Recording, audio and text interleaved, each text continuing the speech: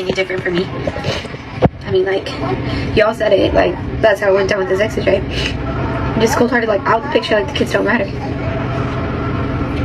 No, because I thought, like, he actually fucking loved us, you know? Thought I was too free. What the fuck? Don't get me wrong, you guys, I want to laugh at the S show that the Resilient Jenkins is right now because they're fighting. Drew got kicked out at 3 o'clock in the morning. It's comical because it seems like it should be a movie. Like, why is Stephanie Jenkins Thompson crying for him, saying that her man left her? Drew is literally recording himself roaming the streets of Portland, Oregon, like nowhere to go, just looking for some blow. To blow off steam, because, you know, TikTok, we have to watch what we say. But I try not to laugh. It seems like the Jenkins family simply cannot escape drama, and this time it is no longer just TikTok beef or shady posts. We're talking about Child Protective Services stepping in. That's right, CPS is now fully involved with the Jenkins, and things have escalated far beyond internet call-outs. Let's break it all down. It all began with what looked like another one of Stephanie and Drew's typical relationship breakdowns, the kind they seem to have every few weeks. Stephanie posted a tearful video breaking down on camera. She claimed Drew had left her, blocked her number, and vanished without warning. She cried about how she thought it would be different this time, how she believed Drew would stay, that maybe, just maybe, having kids together would have made him commit. Instead, she was left alone in a motel room, sobbing while her kids could be heard in the background. Let that sink in. Her children were there, listening to their mother cry about their father, a father who was, once again, gone. And the internet had questions. Was Drew really gone, or was this just another one of the Jenkins' performative stunts to spark views, stir sympathy, and reignite engagement that had clearly started to dwindle? I don't know how I expect it to be any different for me. I mean, like, y'all said it, like, that's how it went down with his exes, right? Just cold-hearted, like, out the picture, like, the kids don't matter. No, because I thought, like, he actually fucking loved us, you know? Thought I was too free. What the fuck? It was gonna make me feel bad that I love people with my entire being, okay? No one's gonna make me feel bad about that. It'll make me feel stupid that I didn't push for this pain any fucking sooner. I hate ugly crying online. Have fun with this. All of my ugliness for y'all loving fucking haters. Fuck. The public had seen it before, a relationship meltdown followed by a dramatic return and a flood of new content monetizing their turmoil. But this time, something felt different. For a while, Drew disappeared completely from his own social media presence. No new content, no reactions, no family updates, silence. And then suddenly, he resurfaced, not with words of reconciliation or family-focused intentions, but with a video showing him wandering down a sidewalk, dragging a duffel bag. The caption read, "Current situation, going to find some food and something to blow my tree with." There he was, clearly alone, no kids in sight, no motel in the background, just a street and a man who looked like he had abandoned everything.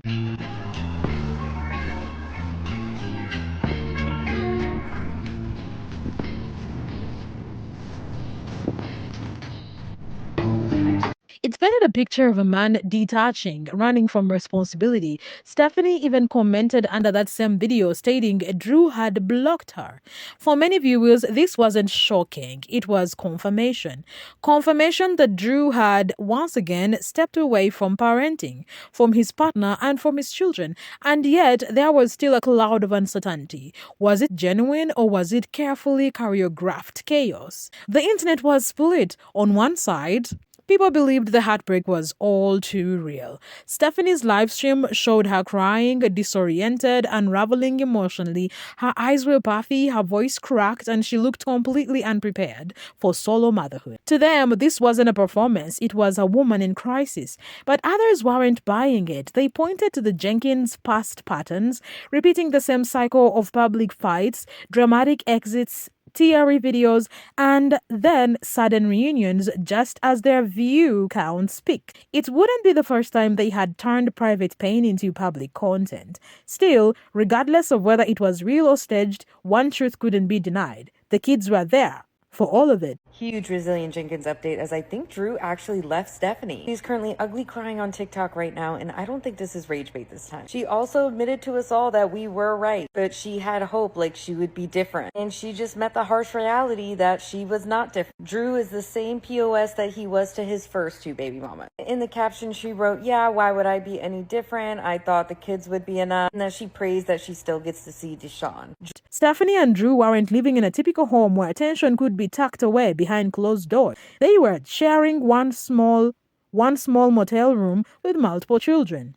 No privacy, no boundaries, no separation between adult problems and childhood innocence. So when Drew walked out, whether in truth or theatrics, the kids saw it. They felt it. They were in that room when the fighting happened, when the door slammed, when their mother cried for the whole internet to see. They were exposed to the entire emotional mess and had nowhere to hide. And yet, this painful, highly visible moment wasn't the one that finally triggered CPS. No. Something far worse was coming. In the middle of all this chaos, Stephanie made a decision that would spark outrage across TikTok. She went live. Perhaps it was to vent. Perhaps she wanted validation, comfort, or even a flood of reassuring comments. But what unfolded in that moment did not draw sympathy, it drew horror.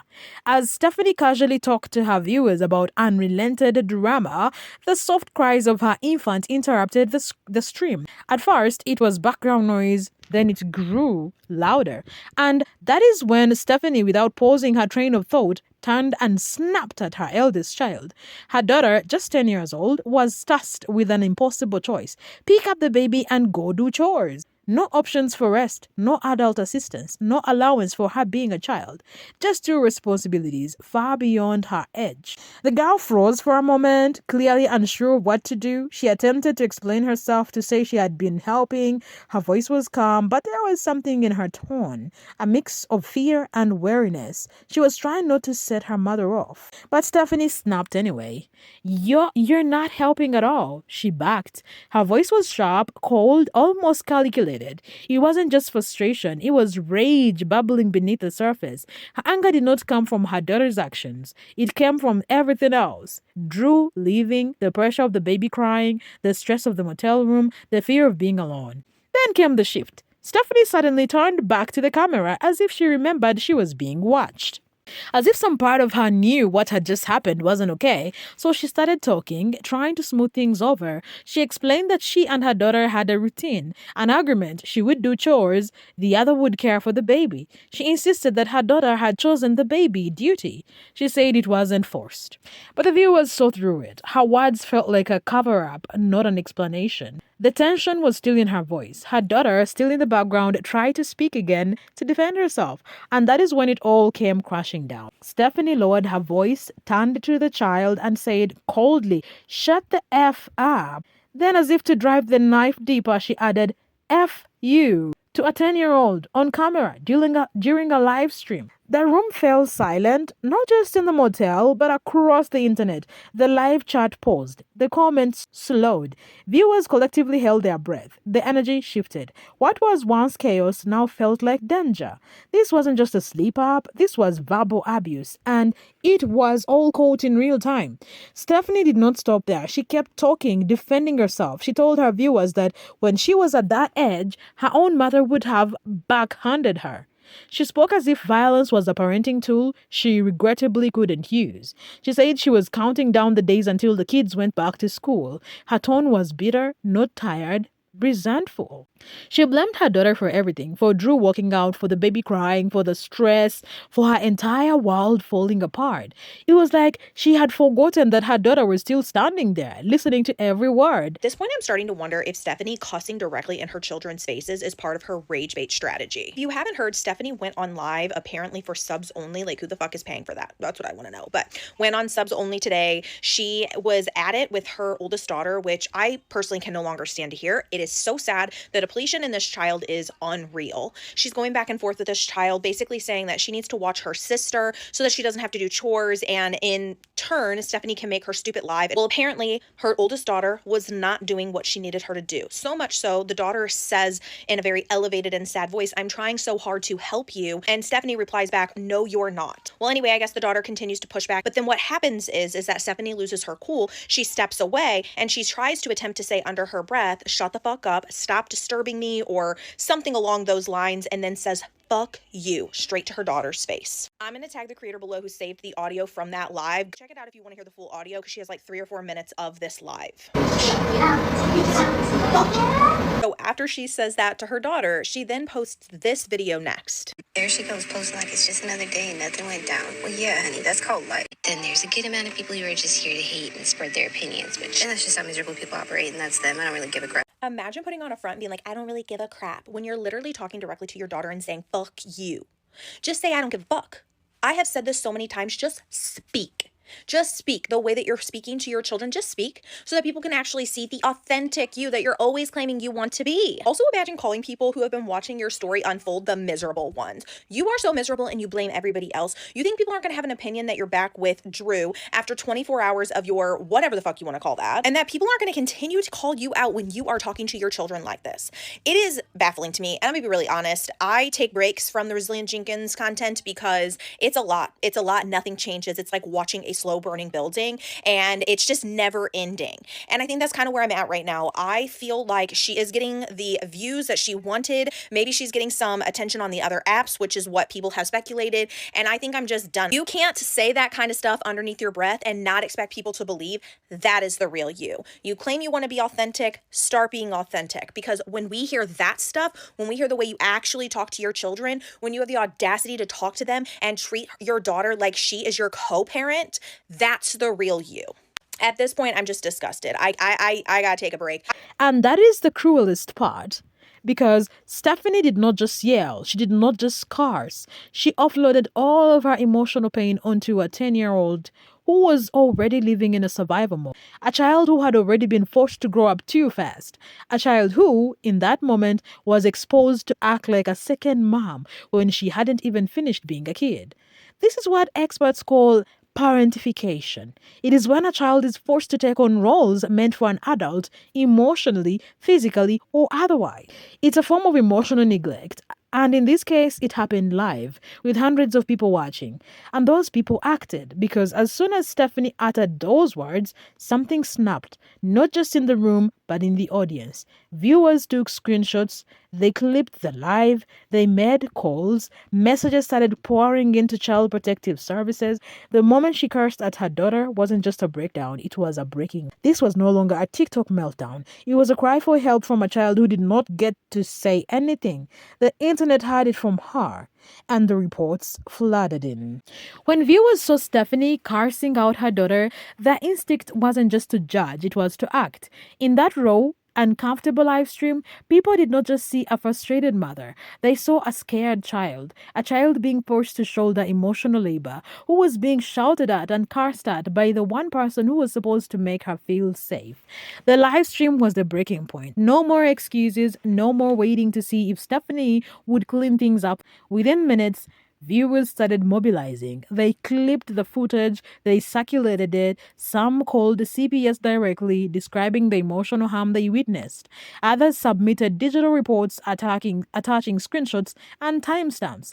The urgency was real. The concern was immediate. This was no longer content, this was a case, and CPS showed up.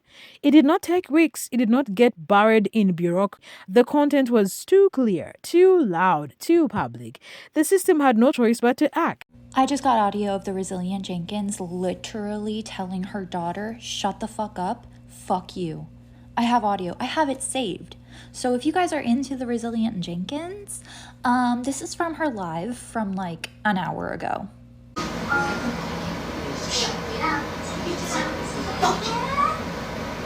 So that can be pretty hard to hear, especially if you know that she's saying that to a 10-year-old. Now, I don't know about you guys, but I'm pretty sure she said, "Shut the fuck up, don't disturb me, fuck you." If you guys want the full audio, like the fight that led up to that, I do have like 4 minutes of footage, but like I just didn't think everybody would want to go through all of that and like listen to all of that. But if you want to listen to what led up to that, which was just a fight over chores, let me know. I have no problem with sharing it. But are we okay with her saying this to her 10-year-old? Because I'm not. What? And when CPS arrived at the motel, what they found was likely exactly what had been described: a cramped, chaotic environment where multiple children were exposed to yelling, adult breakdowns, and a complete lack of stability. Stephanie later took to Facebook, seemingly blindsided and furious. In a now deleted post, she wrote, "You're not going to keep showing up to our door with allegations and meet nice Stephanie. Nope. No, sir. I full-heartedly admit I was not kind during that interaction because I find it to be absolute BS that these folk keep showing up to our door. We have nothing to hide." But here's the truth. That wasn't the door. That wasn't her door. It was a motel, a temporary shelter, a space filled with kids who had nowhere to escape when emotions flared. And yet, Stephanie did not express worry. She did not speak about her kids' welfare. She did not show fear that maybe, just maybe, her behavior had crossed the line. She lashed out at CPS, at the system, at the very people whose job is to protect children when their guardians can't or won't. There was no self-reflection, no accountability, no moment where she stopped to say, how did it get this far? Instead, she acted like CPS was targeting her out of boredom, like it was some kind of personal vendetta, and as though she wasn't the one live streaming volatile behavior to the world. But CPS doesn't show up unprompted. They don't randomly choose families to bother. Their role is reactive. They respond to signs of risk, to patterns, to harm, and Stephanie had laid it all out for them. Every meltdown, every stream, every moment she forced her daughter into a parenting mold. Every moment she forced her daughter into a parenting role. Every time she called out her children online or snapped on live. This wasn't about one comment, it was about a pattern of emotional instability, neglect, and hostility. A cycle that had been visible for months, maybe longer. And this wasn't even their first visit. And then I felt drawn that I have to make a video, because if I don't make a video about it, I'm going to be upset. Apparently, because of the slap heard around the internet world or the TikTok world, people felt inclined to call social services. And they showed up today to Stephanie's door, and she's making fun of it on Facebook, saying, haha, keep calling those people, they'll show up at the door, I don't have anything to hide, I'm just sick of the way that the teenager acts. First off, she's not a teenager, she's not a preteen, she's 10. A preteen is 12, just turned 13, not a 10-year-old.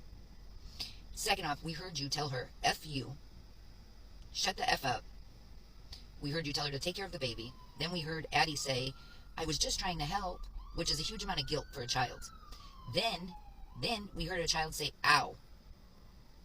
None of this is okay. And if CPS didn't open a case after that video, then I'm disgusted. If CPS isn't demanding drug tests, then I'm disgusted, because it's very clear to me, watching Miss Thompson's behavior decline over the past couple weeks, there's something going on. She's losing a huge amount of weight. Look at the size of her arms in the last video. Look at how crazy her eyes look. She's sniffling every 5 minutes. She's scratching. She's being irrational. I've never seen this side. We've always known she was a little crazy, but not to this level. I still don't understand why family's not stepping in before the state does. I hope that Desiree is taking all of this to her lawyer. I heard that Drew called Desiree to come get Deshaun on his day off, the day that he left. And it really wasn't about him leaving. It was about the fact that now Deshaun has somewhere to go, so Drew can leave. And this is what he's been waiting for, right? We all knew that. The only one that seems surprised is Miss Thompson. But I'm very concerned. I've been telling you guys my concerns for the past couple days, and it's only getting worse. It's only getting worse. I don't know why the state isn't stepping in and offering help. I don't know why her family's not stepping in and offering help. I don't know why CPS didn't open up a case, because if I was a caseworker, that would be enough for me to open up a case. At least, maybe you need some parenting classes. Maybe you need respite childcare. You need to give me a drug test.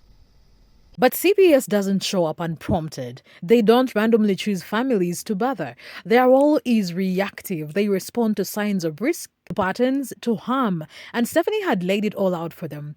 Every meltdown, every scream, every moment she forced her daughter into a parenting role, every time she called out her children online or snapped on live. This wasn't one moment. This wasn't about one comment. It was about a pattern of emotional instability, neglect, and hostility. A cycle that had been visible for months, maybe longer. And this wasn't even their first visit. Back in April, CPS had already been to see the Jenkins family. At the time, Stephanie bragged they were cleared quickly. She said there was no real danger. And maybe back then it was true. Maybe back then the evidence was circumstantial, harder to prove. But not this time. Because this time there was a video. There was real-time verbal abuse. There were public witnesses, and there was no denying the environment those children were in. This time, the system saw what the internet had already known, and it could no longer be ignored. The live stream wasn't an isolated event, it was just the most visible one. Stephanie has a long pattern of using harsh, inappropriate language toward her kids. She once told her daughter to get used to disappointment. Another time, her kids wanted to spend time together. Her kids wanted to spend time with her, and she told them they were the reason she had to log off.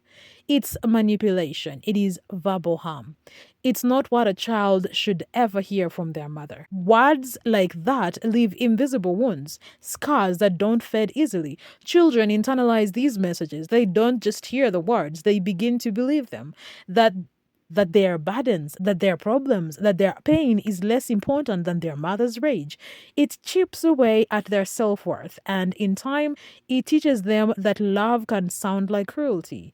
But the emotional damage did not stop there. But the emotional damage did not stop with the words. These children were also living in a war zone of instability.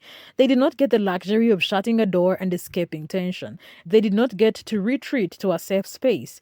Every meltdown, every harsh exchange, every tearful monologue happened in one shared motel room. Four walls that had everything and protected no one. They saw their mother scream, not just at them, but into a phone screen, unraveling publicly for thousands of strangers. They saw their father walk out time and time again and disappearing with barely a goodbye.